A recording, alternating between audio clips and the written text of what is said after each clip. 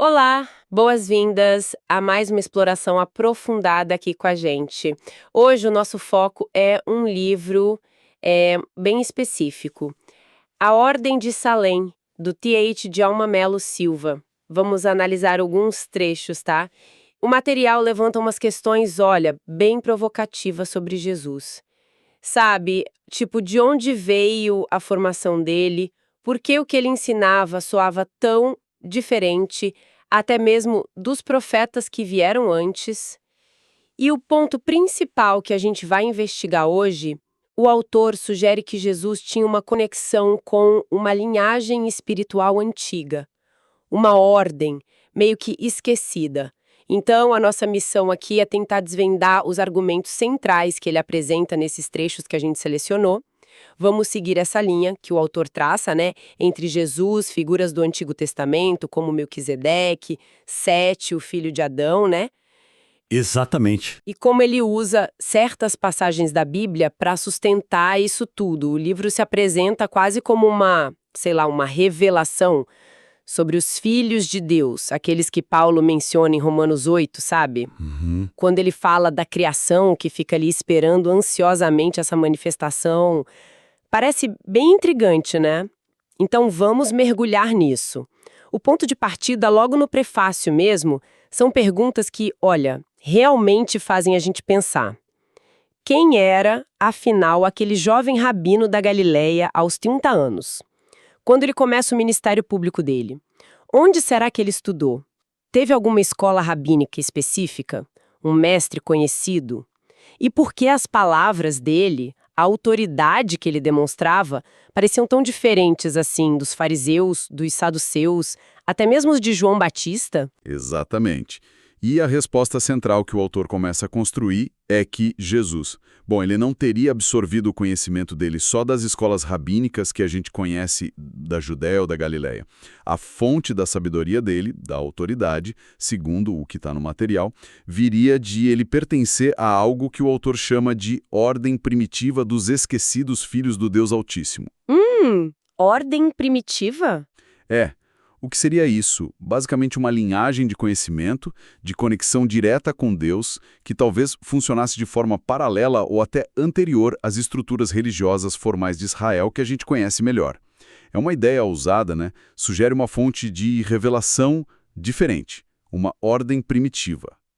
Então, isso explicaria por que o autor conecta essa ideia com Romanos 8,19, aquela passagem da criação aguardando a revelação dos filhos de Deus. Tipo como se essa ordem fosse a chave para entender quem são esses filhos. Precisamente. A sugestão é essa, que essa linhagem representaria esses filhos de Deus e que a vinda de Jesus seria o clímax, né? O ponto alto dessa revelação que era tão aguardada. O autor usa isso, inclusive, para tentar jogar uma luz sobre alguns pontos que são considerados meio obscuros nas narrativas bíblicas. Ah, tipo o quê, por exemplo? Por exemplo, os magos do Oriente, que visitaram Jesus bebê, né?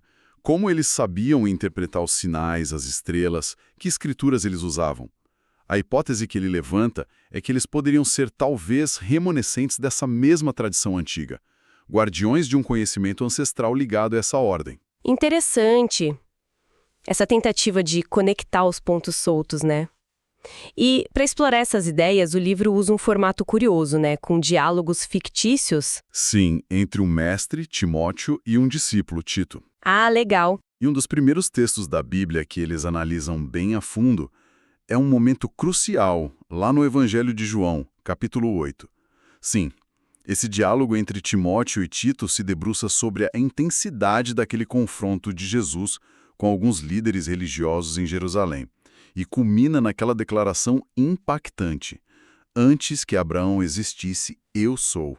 O que é fascinante aqui, e o diálogo ressalta bem isso, é o peso teológico dessa afirmação no contexto original. Eu lembro de ter lido que essa expressão tem um eco muito forte do Antigo Testamento, não é isso? Exatamente.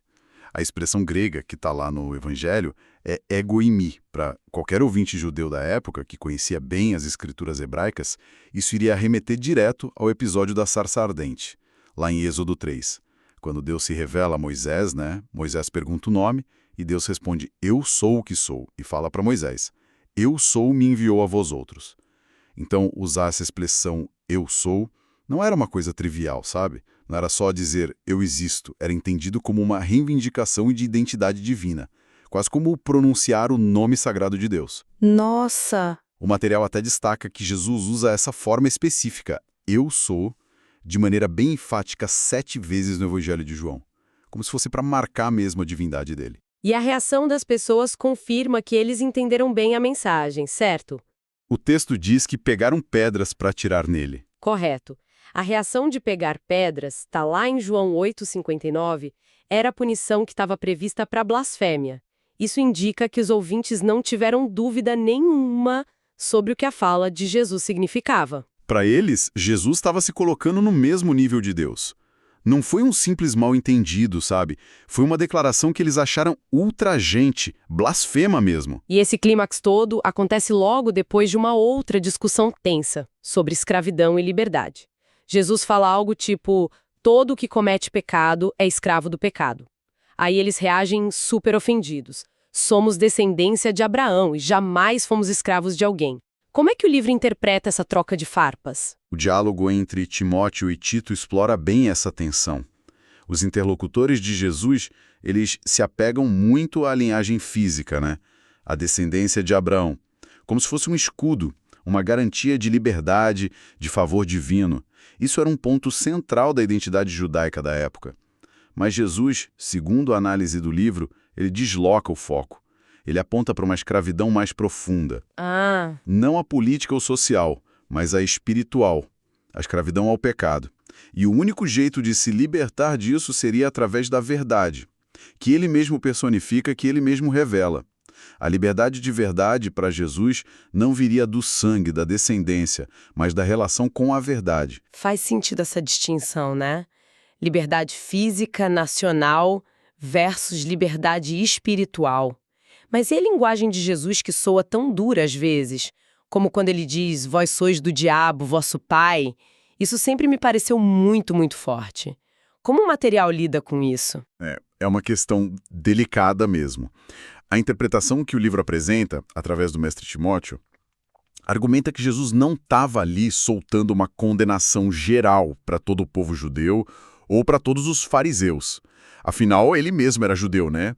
E muitos fariseus, tipo Nicodemos, o buscavam, queriam entender. Verdade. A ideia é que essa fala tão contundente era direcionada especificamente para aqueles líderes, aqueles que, mesmo conhecendo as escrituras que apontavam para o Messias, estavam conscientemente rejeitando Jesus.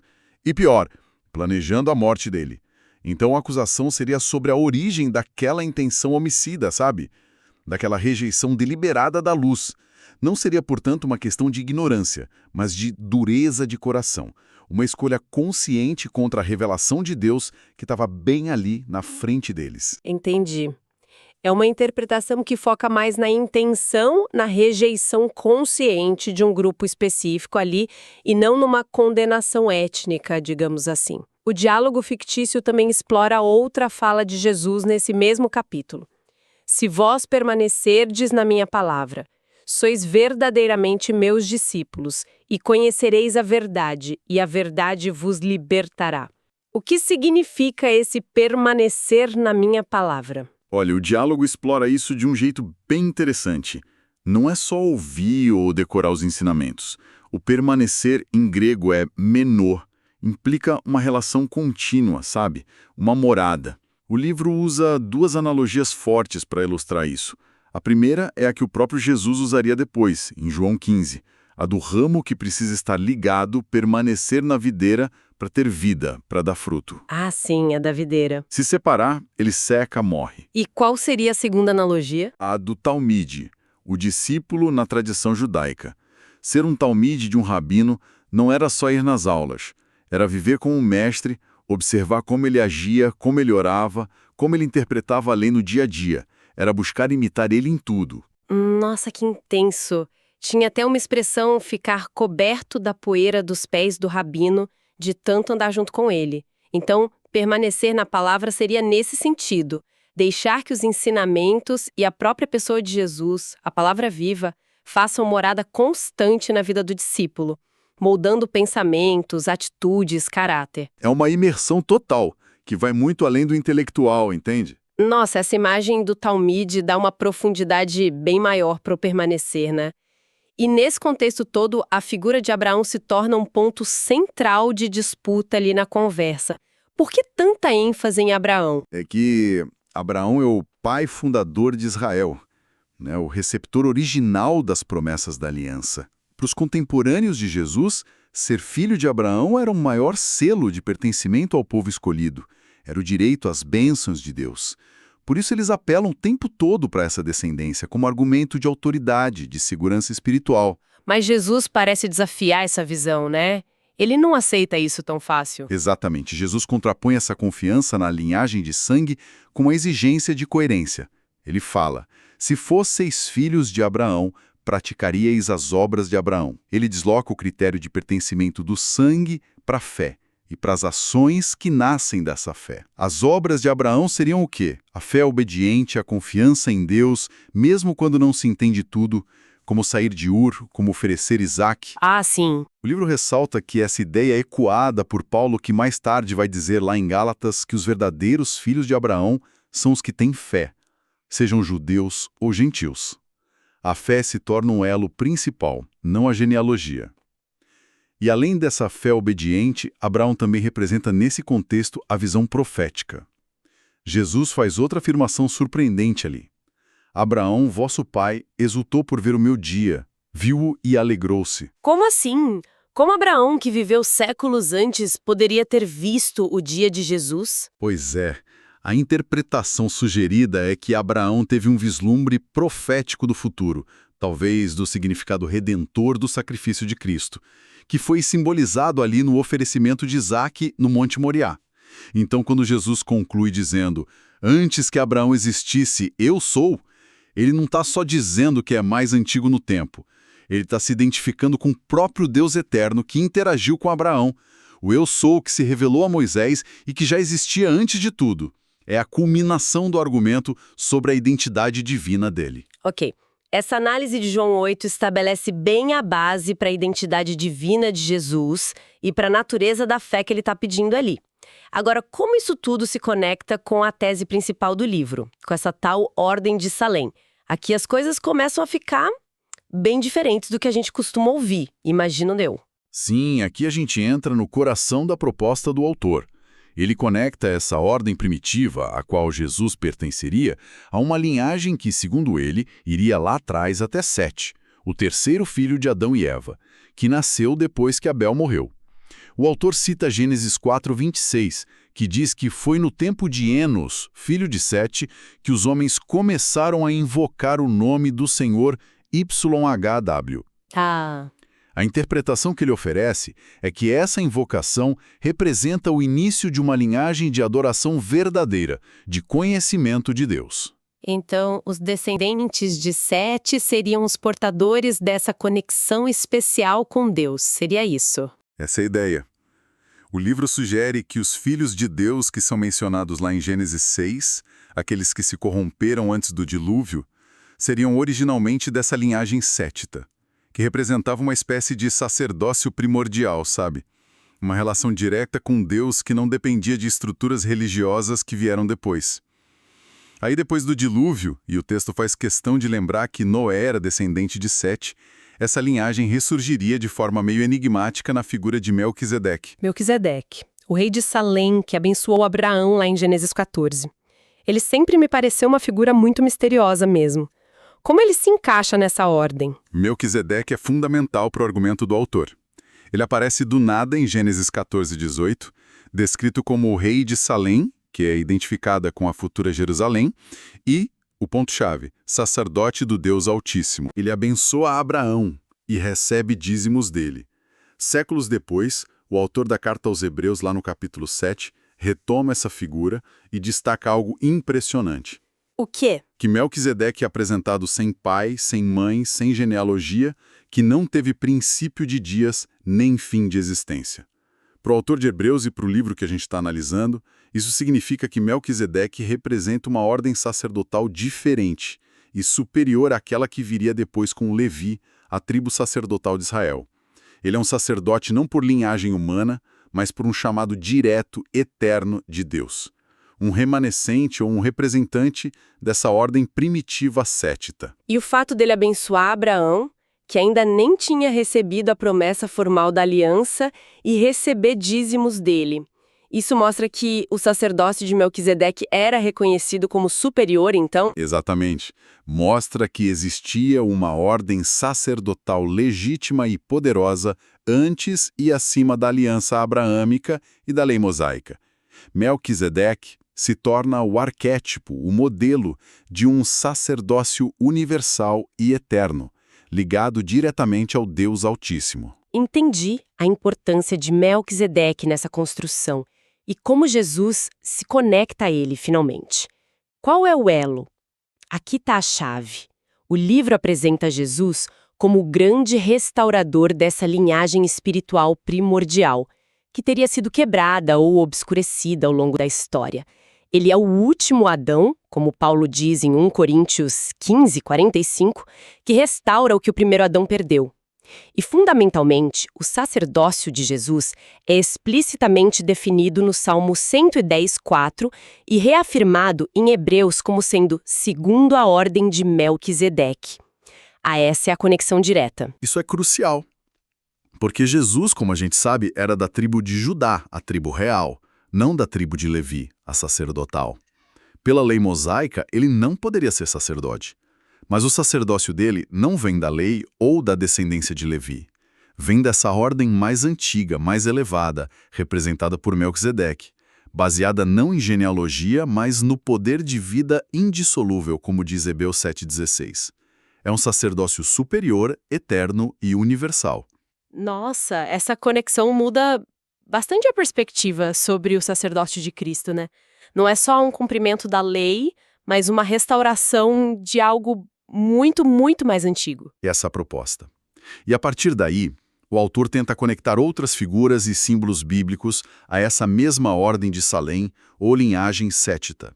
Ele menciona Jó, por exemplo, que claramente não era israelita, nem vivia sob a lei mosaica, mas oferecia sacrifícios que Deus aceitava. E tinha conhecimento dos filhos de Deus que se apresentavam lá na corte celestial, como está em Jó 1. Ah, verdade. Tem Jó também. Ou Enoque, da linhagem de Sete, que andou com Deus e profetizou, como Judas menciona na carta dele. Ele expande isso para outros símbolos também, certo? Tenta amarrar mais coisas. Sim, ele tenta criar uma teia de conexões, né? A simbologia das estrelas que foram mostradas a Abraão como sinal da promessa poderia remeter a um conhecimento astronômico ou astrológico antigo que foi preservado por essa linhagem. O azeite, símbolo da unção, do Espírito Santo, ligado aos vigilantes, que são mencionados em tradições apócrifas, como o livro de Enoque, que o autor parece achar relevante, até a música, cuja invenção é atribuída a Jubal, descendente de Caim, lá em Gênesis 4, teria tido seu propósito original corrompido e depois resgatado no louvor da linhagem de Sete. É uma tentativa de mostrar essa ordem como uma corrente subterrânea de conhecimento e adoração que percorre toda a história bíblica. É uma construção teológica bem abrangente e, de certa forma, até especulativa em alguns pontos, né? Mas que tenta amarrar muitas pontas soltas sob essa ótica da ordem de Salém. Diante disso tudo, quais seriam as implicações mais diretas, as consequências práticas dessa visão que está nos trechos? Olha, uma implicação importante que a gente já tocou ao falar de Abraão é a universalidade da fé. Se a conexão com Deus vem dessa ordem restaurada por Cristo e o acesso é pela fé, como foi com Abraão, então a linhagem de sangue perde a primazia, né? Paulo já dizia os da fé e que são filhos de Abraão, lá em Gálatas 3,7. Isso abre as portas para todos os povos. E quanto ao acesso a Deus, muda alguma coisa na forma como a gente se relaciona com o divino? Sim, o livro enfatiza muito a ideia de acesso direto a Deus através de Cristo. Cita a profecia de Amós, que Tiago retoma no Concílio de Jerusalém, em Atos 15, sobre a restauração do tabernáculo caído de Davi. Esse tabernáculo original era uma tenda simples, sem as divisões complexas e o véu pesado do templo que veio depois, que separava o Santo dos Santos. Ah, entendi. Então, a restauração desse tabernáculo simbolizaria um retorno a um acesso mais direto, mais íntimo, menos hierárquico à presença de Deus. possibilitado pelo sacrifício de Jesus, que rasgou o véu. Isso leva direto para outra implicação central, a ideia de que todos os crentes em Cristo formam um novo sacerdócio. A primeira carta de Pedro fala dos cristãos como geração eleita, sacerdócio real, nação santa. Certo. O sacerdócio não fica mais restrito a uma tribo ou a uma classe. Ele se torna uma característica de todo o povo de Deus. E como isso se relaciona com a inclusão dos gentios na igreja primitiva? Que foi uma questão super debatida lá em Atos dos Apóstolos. O livro oferece uma leitura interessante da visão de Pedro em Atos 10, aquela do lençol com os animais impuros, sabe? Sei. Tradicionalmente, a gente interpreta como a liberação das leis alimentares judaicas, abrindo caminho para a comunhão com os gentios. Mas a interpretação aqui vai um pouquinho além. Sugere que a visão simbolizava a restauração da ordem original da aliança que Deus fez com Noé depois do dilúvio, lá em Gênesis 9. Ah, Aquela aliança foi feita com toda a carne, com toda a humanidade e os animais, não só com uma linhagem específica. Portanto, a vinda de Cristo estaria restaurando essa aliança universal, permitindo que os gentios entrassem na fé diretamente através de Cristo, sem precisar passar pelo filtro da lei mosaica, circuncisão, leis alimentares, etc. e o caso de Cornélio, o centurião romano, seria a prova disso na prática. Exatamente. O fato de Cornélio e a casa dele receberem o Espírito Santo antes de serem batizados ou circuncidados, como está lá em Atos 10, seria a confirmação divina dessa nova realidade.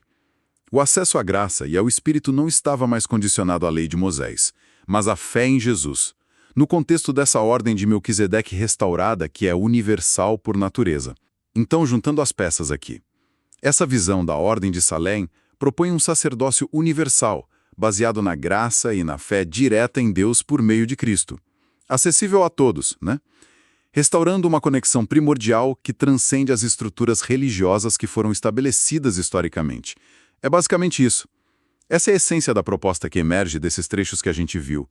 É uma tentativa de reler a história da salvação sob a ótica dessa linhagem Sete, Melquisedeque, Cristo, enfatizando a universalidade, o acesso direto e o sacerdócio de todos os crentes. Ok, vamos então recapitular os pontos principais que a gente explorou aqui nessa conversa. Os excertos do livro A Ordem de Salém nos apresentam uma interpretação teológica assim bem particular. Ela busca conectar Jesus não só às profecias judaicas, que a gente já conhece, mas a uma linhagem espiritual muito mais antiga, que o autor associa a Sete e, principalmente, a Melquisedeque. Essa perspectiva leva a gente a reler passagens cruciais, a autoidentificação de Jesus como eu sou, o significado de permanecer na palavra, que é mais vivência do que só conhecimento, né? Isso. Realmente a natureza do sacerdócio de Cristo e dos crentes como uma restauração dessa ordem universal. O que isso tudo significa, no fim das contas? Bom, sugere que pode haver camadas de significado mais profundas, talvez negligenciadas por algumas tradições, por trás de histórias e conceitos bíblicos que a gente acha que conhece tão bem. E o material não trata isso só como uma curiosidade histórica ou teológica antiga, né? A conclusão que é apresentada nos trechos é que essa ordem de Salém, na visão do autor, nunca deixou de existir espiritualmente. Ela continua sendo uma realidade para aqueles que creem em Cristo. Um chamado para viverem como sacerdotes da nova aliança, participantes dessa linhagem restaurada de acesso direto a Deus. Isso nos deixa com uma reflexão final bem interessante, eu acho. Sim, porque independentemente de a gente concordar ou não com todos os detalhes dessa interpretação específica, que claramente se afasta de algumas leituras mais tradicionais, a exploração levanta uma questão válida.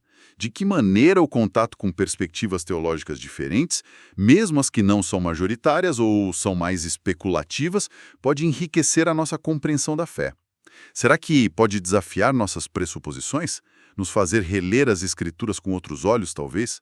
Ou aprofundar nossa própria jornada espiritual, mostrando ângulos que a gente não tinha considerado antes?